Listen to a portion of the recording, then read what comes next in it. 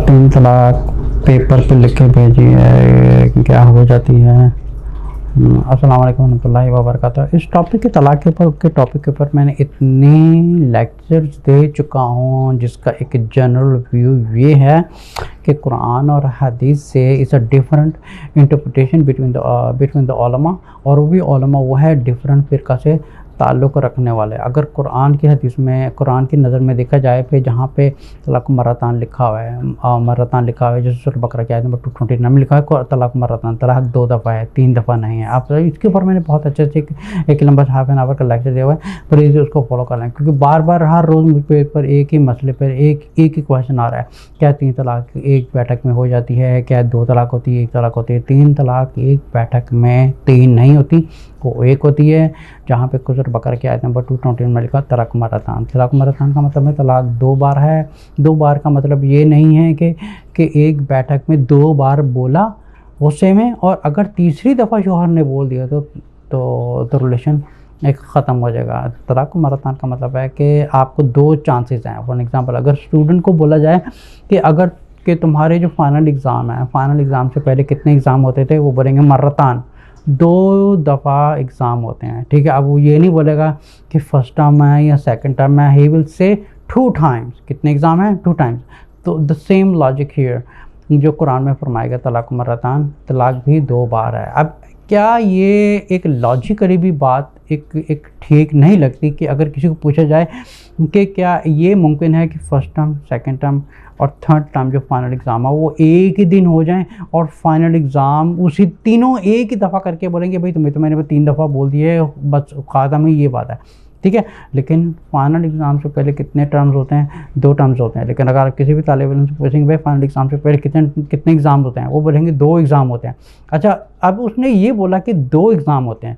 अब ये जितने भी फ़िरका वाले उलमा हैं, वो जो 2 दफ़ा बोला है, अब उनसे ये जाके सवाल पूछिए, ये जो 2 दफ़ा बोल रहे हैं, क्या इसका मतलब ये है कि जो फाइनल एग्ज़ाम से पहले 2 दफ़ा हुए थे, या इसके बाकायदा एक occasionally on the different time frame, different time periods, वो एक बोला था, फिर दूसरा बोला था, फिर तीसरा बोला था। अब तीनों एक दफ़ा, एक बात भी एक लॉजिकल है, ये हो ही नहीं सकता। This is impossible, because Quran से तलाक़ मरतान को तलाक़ 2 दफ़ा, मतलब एक दफ़ा दी है, इद्दत का वक़्त गुजरा है, उसमें आपको अगर बात देखिए, अगर आपकी बनती है ठीक है, नहीं बनती तो आप उसको दूसरी दें। अगर सेकंड देने के बाद भी देखें, सेकंड और थर्ड के बीच में you have a final chance. अगर देखें उसमें अगर बन रही है, नहीं बन रही है, तो आप उसको एक रिकंसाइल कर सकते हैं। नहीं बन सकते तो आप उसमें तीसरी तलाक देके फिर उसको रिश्ते को ख़त्म कर सकते हैं कि हमारी आपके साथ नहीं बन रही। अच्छा, फिर क्या होता है कि एक बैठक में अगर 3 तलाक भी दी है या एक भी दी है, उसको भी पहले ये देखना पड़ेगा कि ये एक भी हुई है कि नहीं हुई, क्योंकि उसकी भी काफ़ी कंडीशंस हैं जो बहुत ज़्यादा मेजॉरिटी ऑफ उलमा इस पॉइंट की तरफ नहीं आते। पहले किसी का घर बचाने के लिए ये देखें कि जो एक है वो भी हुई है कि नहीं हुई है। अब देखिए कि हैज़ के टाइम पर तलाक नहीं होती है, ठीक है, उसके भी काफ़ी evidences where that I can ready to debate with other scholars. मैं किसी भी स्कॉलर के साथ डिबेट करने के लिए तैयार हूँ। पहली बात है कि उसका लॉजिकल आंसर ये है कि ड्यूरिंग द हैज़ टाइम तलाक नहीं होती। अब कुछ उलमा है वो कहते हैं होती है, कुछ उलमा है वो कहते हैं नहीं होती। अब जो कहते हैं नहीं होती, so I accept their views on many evidences, क्योंकि एक तो वो जाहिल उलमा हैं, वो इस बात के कहते हैं हाँ जी हर हालत में हो जाती, इनडायरेक्टली दिया तभी हो जाएगी, जो किचन में काम कर रहे हैं तभी हो जाएगी, जहाँ मर्जी सो रहे हैं किसी ने सोते हुए बोल दिया तभी हो जाएगी, कोई चलते चलते बोल दिया तभी हो जाएगी। मतलब हर हालत में बस एक घर को किसी कोशिश करनी है कि ये घर ना बचे, बस उनकी कोशिश होती है कि शैतानी हरकत करें, क्योंकि हम सब जानते हैं कि देयर प्रॉफेट सल्लल्लाहु अलैहि वसल्लम ने फरमाया कि शैतान का जो, यहाँ तक कि एक शैतान एक शिर्क से इतना खुश नहीं होता जितना उसका सबसे नंबर 1 हॉबी क्या है, मियाँ बीवी को तड़वाना। मियाँ बीवी को तड़वाना है, वो किसी भी हालत में आ सकते हैं। फिर क्या होता है कि उलमा इनके दिल में ये बात को डाल देते हैं, कि उनके दिल में ऐसा वहम डाल देते हैं कि तुम्हारा रिश्ता हराम हो चुका है और तुम जो कर रहे हो ज़िना कर रहे हैं। अच्छा ठीक है, आप उनसे ये सवाल कीजिए कि फाइनल एग्ज़ाम से पहले कितने एग्ज़ाम होते हैं? 2 एग्ज़ाम होते हैं, ठीक है। वो बोले कि 2 एग्ज़ाम होते हैं। अच्छा, उन्होंने ये नहीं कहा था कि जी पहला जब क्लास शुरू हुई थी उसको तो 3 एग्ज़ाम, उसको तो 1 एग्ज़ाम हुआ था 1 सेमेस्टर के बाद, फिर 1 सेमेस्टर को पास होने के बाद सेकंड टर्म हुआ था, फिर उस थर्ड टर्म उससे होने के बाद दूसरा टर्म ख़त्म होने के बाद एग्ज़ाम हुआ था, फिर उसके बाद तीसरा टर्म आया और ये फाइनल एग्ज़ाम है। तो आप उसको सिंपली सवाल ये है कि कितने एग्ज़ाम हुए थे फाइनल एग्ज़ाम से पहले, वो बोलेंगे मर्रतान, 2 times. It's simple answer. Quran में वो लिखे हैं मर्रतान, और मर्रतान उसका बेकायदा एक प्रोसेस है, ठीक है। अब हैज़ में क्यों तलाक वाक़ नहीं होती, उसका लॉजिकल आंसर ये है कि during the has time naturally एक औरत का जो मेंटली, क्योंकि मैं खुद एक साइकोलॉजी का PhD स्टूडेंट हूँ, so I am aware of this things, how are hormones change the human behaviour, how are hormones of a woman changes the behaviour and her talk and her mentality, how are hormones play with her mentality, how does the whole human body structure is being changed during the time of a period। ये तो medical doctor ये आपको बहुत अच्छे तरीके से बता सकता है। I am not a medical doctor, लेकिन एक मेडिकल डॉक्टर आपको बहुत अच्छे तरीके से समझा सकता है कि ड्यूरिंग द पीरियड टाइम एक औरत का दिमाग कंट्रोल में रहता है। तो मोस्टली जितने भी दुनिया में वायलेंस हो रहे हैं, और अमेरिका में जेल में जितने भी डोमेस्टिक वायलेंस की वजह से मर्द हज़रात जो जेलों में बैठे हुए, उनकी सबसे बड़ी जेलों में जाने की वजूहत यही थी, औरत की ज़ुबान दराज़ी। और औरत की ज़ुबान दराज़ी तब शुरू होती है जब उसका मेंटली स्ट्रक्चर, उसका बॉडी स्ट्रक्चर एक हैज़ और पीरियड की वजह से बुरा चेंज हो रहा है। तो ड्यूरिंग दैट टाइम, क्योंकि एक मर्द को समझना चाहिए कि she is in not good condition to talk to her basically, so he has to wait until she gets normal, then you talk down and sit down. एक तो होता है ड्यूरिंग दैट टाइम, ठीक है, उसमें तलाक नहीं होती। जैसे हमारे पास इब्न उमर की एक बहुत अच्छी हदीस है जिसमें रसूल सल्लल्लाहु अलैहि वसल्लम ने उनको इब्न उमर ने अपनी वाइफ को तलाक दी थी, और रसूल सल्लल्लाहु अलैहि वसल्लम के पास जब केस आई तो उन्होंने बोला कि wait until she get pure and wait for another cycle and wait for another cycle, मतलब फिर अगले हैज़ का वेट करो और उसके बाद फिर हैज़ का वेट करो, और जब ये पूरी पाक हो जाए तो फिर उसको आप सोचो कि रखना है तो रखो, नहीं रखना तो आप उसको तलाक देते हैं, and you can take her back, उसको आप वापस ले लो, ठीक है। फिर उन्होंने बोला कि उसको तलाक देने से पहले, उसको टच करने से पहले, इंटरकोर्स करने से, सेक्स करने से पहले तलाक देनी, ठीक है। मतलब अगर आपने तलाक दी तो आपकी तलाक नहीं होगी। अगर आपने अगर आप समझे कि प्योरिटी के बाद, हैज़ खत्म होने के बाद और तलाक देने के बीच में अगर आपको सेक्शुअल इंटरकोर्स होता है, मतलब आपको उसमें रिलेशन होता है, फिजिकल रिलेशन होता है, इंटरकोर्स होता है, सेक्स होता है, so that talaq will not affect it, then he has to wait another more like 2 months until she get pure। अगर वो प्योर होती है, प्योर के during the pure time without touching her वो दे सकता है, that is when it is according to the Hadith, ठीक है। एक बात क्लियर हो गई। दूसरा ये है कि आदमी गुस्से में तलाक देता है। गुस्से में तलाक देता है, एक होता है छोटा गुस्सा, मीडियम गुस्सा और हाई लेवल का गुस्सा। बहुत से लोग बोलते हैं इसका एविडेंस क्या है। एविडेंस एक काम करें, मैं आपको एविडेंस नहीं देता, इस चीज़ के बारे में आप खुद इस चीज़ के बारे में एनालाइज करें, एंड यू बी द जज। एक इंसान है वो उठ के घर में तोड़ फोड़ कर रहा है, एक घर में हंगामे मचा रहा है, एक इंसान को मेंटली इलनेस है। क्योंकि हमारे पास एक बहुत अजीब हदीस है जिसमें फरमाया गया है कि कुछ कैटेगरी के ऐसे लोग हैं जिन पर एक सज़ा की हद नहीं है, ठीक है। वो है एक मेंटली इंसेन पर्सन। सो जब एक इंसान गुस्से की इस हद तक बढ़ जाता है कि वो घर में तोड़ फोड़ कर रहा है और जब गुस्से से फटा जा रहा है, पागल हो रहा है, तो गुस्से में एक समय के एक बोलता जा रहा है। क्योंकि majority of the cases, more than 95% ऐसे कपल्स हैं जो नेक्स्ट मॉर्निंग नॉर्मल हो जाते हैं और फिर के मुफ्ती के पास चले जाते हैं, किसी शेख के पास चले जाते हैं, किसी इमाम के पास चले जाते हैं फतवा लेने के लिए कि ऐसा हुआ था, हमने तोड़ फोड़ की थी, हमारा हो गया। अब वो इमाम क्या होते हैं, वो उनको बता देते हैं कि भाई तुम्हारा रिश्ता अब जायज़ नहीं है, you know longer into relation. अब इट्स वेरी इलॉजिकल। एक इंसान मेंटल इलनेस होगी, एक इंसान हंगामा कर, एक इंसान अब ये कि पागल खाने में जाके किसी इंसान का दिमाग कंट्रोल में नहीं, उसने किसी को समझे कि एक सर पे एक कुछ ना कुछ फोड़ दिए। अब क्या करेंगे, एक जो पागल दिमागी मेंटल आदमी है, ठीक है, एक मेंटल आदमी है, आप उसको क्या जेल में डालेंगे? नहीं, उसको एक हॉस्पिटल की ज़रूरत है। सो सिमिलर केस ये, अगर किसी ने तलाक दी है, वो इस हद तक पागलपने में उसने तलाक दे दी, घर में तोड़ फोड़ कर रहा है, ये सब कुछ कर रहा है, so he is not in his conscious, वो अपने कॉन्शियस माइंड में नहीं, ही लॉस्ट हिज कॉन्शियस। एक होता है छोटा गुस्सा है कि एक मियाँ बीवी है, उनमें हल्का फुल्का झगड़ा हुआ और हल्का पूरे झगड़े में एक शोहर ने बोला देखिए हमारी आपके साथ नहीं बन रही, बेहतर है कि हम इस रिलेशन को ख़त्म कर दें। अब यह है एक नॉर्मल तरीके से गुस्सा होना, नाराज़ होना और उसने तलाक दी है, ये वाक़या हो गई। एक दूसरा गुस्सा है थोड़ा सा ज़्यादा दे दिए, जहाँ पर माइंड कॉन्शियस है, जहाँ पर वो थोड़ा सा ज़्यादा गुस्सा है, ठीक है। उसने कहा है कि देखिए मैं आपके साथ हर वक्त झगड़ता रहता हूँ, मेरी आपके साथ बनती नहीं है, आप इतनी बदतमीज़ हैं, आप ये हैं, आप वो हैं, मैं आपके साथ बस नहीं रहना चाहता। मैंने बहुत एक सोच समझ के फैसला किया है कि हाँ मैं आपको तलाक दे रहा हूँ।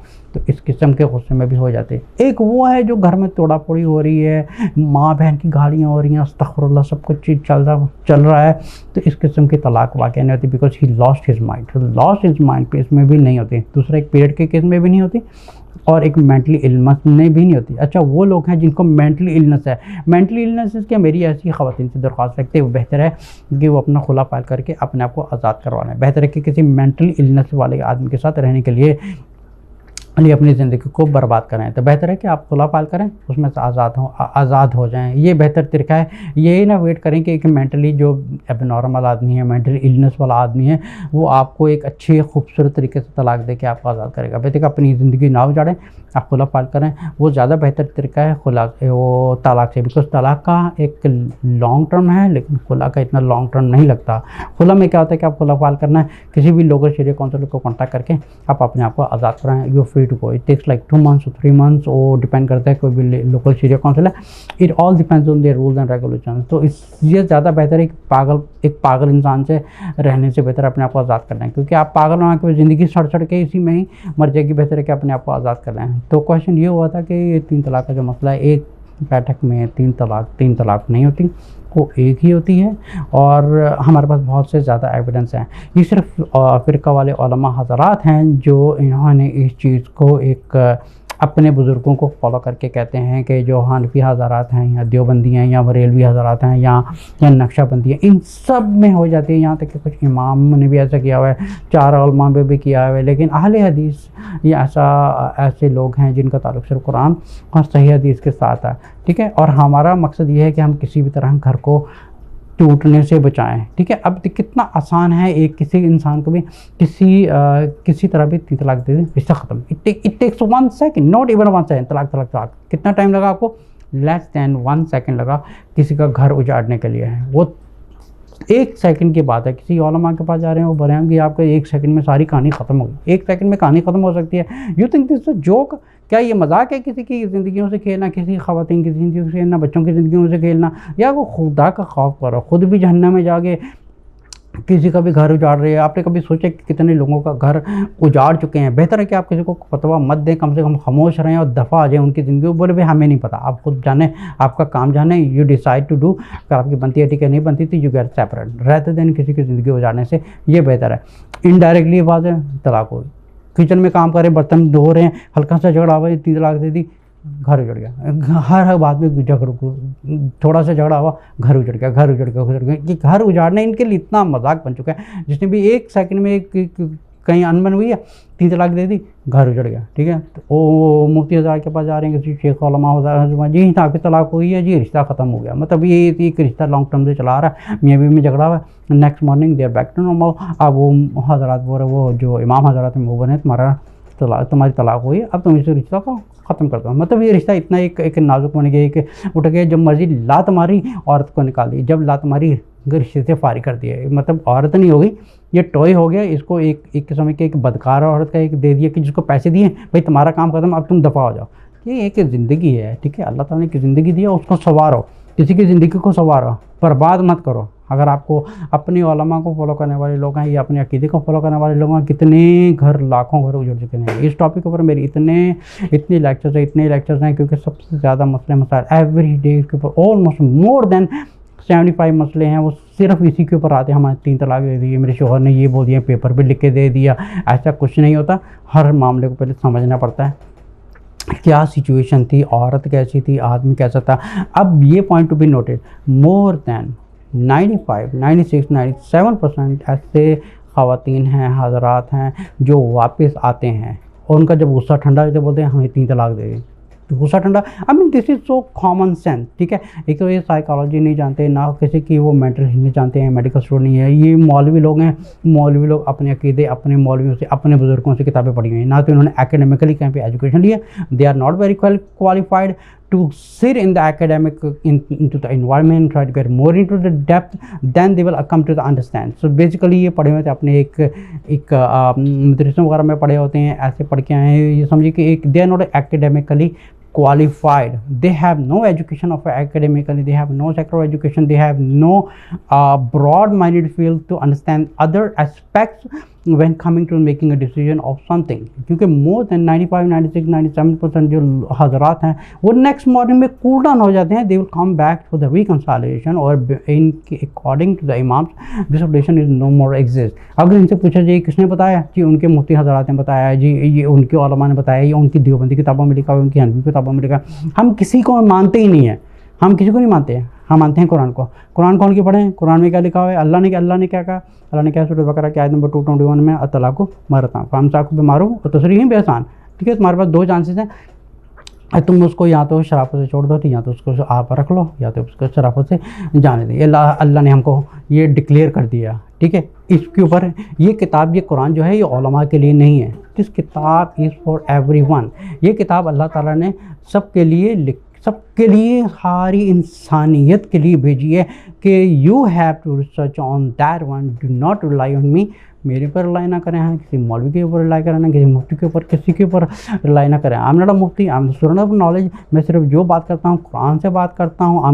मैं अपने आप को किसी आलिम के काबिल नहीं समझता हूँ, I am not qualified at all, लेकिन जो बात करता हूँ कुरान से बात करता हूँ। और ये कुरान जो है ये उलमा हज़रत के लिए नहीं है, ये किताब आई है पूरी आम इंसानियत के लिए। अल्लाह फरमाते हैं ये किताब मैंने एक इतनी आसान बनाई है, कोई है इसको पढ़ने वाला? अल्लाह ख़ुद कह रहा है कि मैंने किताब को इतना आसान बनाया, तो कोई है इसको पढ़ने वाला? अब उसमें ये नहीं लिखा कि ये जो उलमा के लिए दिस बुक, क्योंकि ऐसी काफ़ी किताबें होती हैं जिसके ऊपर लिखा होता है for student of knowledge and for scholars, ठीक है। लेकिन ये कोई किताब ऐसी नहीं है book for scholars and for students, ये लिखी हुई है ये बुक फॉर एवरीवन है। ये किताब सबके लिए है, कोई है इसको पढ़ने वाला, कोई है इससे हिदायत पाने वाला। अपनी हिदायत खुद बनाए, किसी के पास कुछ जाने की ज़रूरत नहीं है, अपना डिसाइड खुद करें। आपकी बीवी के साथ बनती है बनाए, टेक लॉन्गर टाइम। अगर नहीं बनती उस रिश्ते को आराम से सुकून के साथ एक डिस्क्वालीफाइड करके उसको बिल्कुल फिनिश कर दें। Do not make it a war, उसको वर्ल्ड वार मत बनाएं, ठीक है। वर्ल्ड वार बनाएंगे आपको भी इफेक्ट करेगा, बच्चों भी इफेक्ट करेगा। अच्छा, इनकी सबकी जो बुनियादी वजह है वो भी मैं थोड़ा सी बात कर चुका हूँ। इन सब की जो नौबत आने की वजह है वो है औरत की ज़बान और आदमी का गुस्सा है। जिस घर में ये दो चीज़ें नहीं हैं वो घर इस दुनिया में भी जन्नत है, उस घर में अल्लाह की भी बरकत होगी, रिज़्क़ की भी बरकत होगी, उसकी आने वाली भी नस्लें भी अच्छी होंगी। ये दो चीज़ों पर काबू रखें, एक है आदमी का गुस्सा, दूसरा है औरत की ज़बान। और इन दोनों में सबसे ख़तरनाक चीज़ क्या है? वो है औरत की ज़बान भी, क्योंकि अब औरत की ज़बान काबू में नहीं रहती, वो अपने आप को काबू नहीं रख सकती। इसी तरह आदमी को बर्दाश्त नहीं होता, वो भी बोलना शुरू कर देता है। जब दोनों में क्लैश होता है, लड़ाई होती है, जब शैतान दोनों के माँ के साथ, दोनों के नफ्स के साथ प्ले आराम कर रहा होता है, तो कुछ तरह की कोशिश होती है कि इनमें तलाक करवाए, इनमें झगड़ा करवाएं, ताकि इन तलाक की नौबत तक पहुँच जाएँ। तो अपने गुस्से पर काबू रखें, एक दूसरे के साथ सब्र करें, एक दूसरे की मोहब्बत दें, इज़्ज़त दें। सबसे बड़ी बात है एक दूसरे को रिस्पेक्ट दें, मोहब्बत दें। दोनों का 50% एक हक होता है घर के ऊपर। ऐसा नहीं है कि एक अर्रिजालु कव्वामून है, जैसे रसूल निसा की आयत नंबर 34 में अर्रिजालु कव्वामून निसा, ठीक है। इसका ये मतलब नहीं है कि अर्रिजाल को कव्वामून बनाया गया है कि जी आदमी हुक्मरान है और वो जो औरत को जैसा मर्जी पीट सकता है, जो मर्जी कुछ सकता है, बिल्कुल भी ऐसा नहीं है। अर्रिजालु कव्वामून का निसा का मतलब है कि a man is a caretaker of an entire family, not just a wife.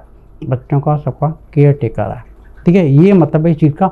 And he has to be careful कि अपनी बीवी के साथ कैसे बर्ताव कर रहा है, अपने बच्चों के साथ कैसे बर्ताव करता है। इनमें जो सबसे बड़ा जो घरों की बर्बादी की जो सबसे बड़ी वजह होती है वो होती है औरत की ज़बान, औरत की घर की ज़बान। जितनी भी बर्बादी हो रही, जितने घर उजड़ रहे हैं, इनमें सबसे बड़ी बात होती है औरत अपनी ज़ुबान पर काबू नहीं रखती। नंबर 2 सेकेंडरी वो है आदमी का गुस्सा। जब आदमी को गुस्सा आता है फिर वो कुछ ना कुछ बोल देता है जहाँ पे उजड़ जाता है। अब जिस घर में ये सोचेंगे गुस्सा नहीं है, ज़बान नहीं है, वो घर कैसा आता है? जन्नत। उसमें अल्लाह की बरकत है, रिज़्क़ की बरकत है और सब हंसी खुशी रहेंगे। तो बराए मेहरबानी इसका ये जो सवाल था, 3 तलाक की एक मजलिस में होती है, 3 तलाक की एक मजलिस में नहीं होती, वो एक होती है। और अगर एक होती है तो उसको भी पहले एनालाइज करना पड़ेगा, किस हालात में हुई है, किस तरह हुई है, वो हुई भी है कि नहीं हुई, पहले ये भी जानना बहुत ज़रूरी है।